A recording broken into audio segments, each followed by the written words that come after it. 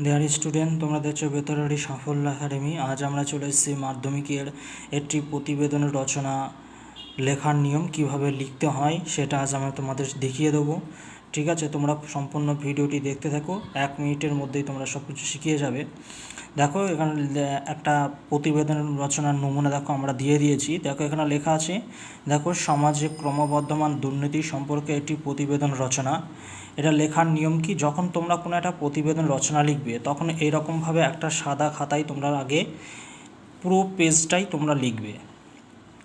এইরকম যেরকম দেখতে পাচ্ছ এরকম একটা পুরো একটা পেজ, এই পেজ থেকে কিন্তু তোমরা প্রথম লেখা শুরু করবে, ওপর থেকে লিখবে, তারপরে যে কোশ্চেন থাকবে কোশ্চেনটা টুকে নেবে, তারপরে তোমরা লিখবে কি নিজস্ব সংবাদদাতা। দেখো আমরা একটা হেডিং দিয়ে দিয়েছি সকলের বোঝানোর জন্য। ঠিক আছে, এরকমভাবে পুরো ওপর থেকে নেক্সট পর্যন্ত একটা পেজের মধ্যেই তোমরা লিখে নেবে। ঠিক আছে, এটাই হচ্ছে প্রতিবেদন রচনা লেখার নিয়ম। 5 নম্বর থাকে, খুবই ইম্পর্ট্যান্ট, পরীক্ষায় খুবই আসে এটা।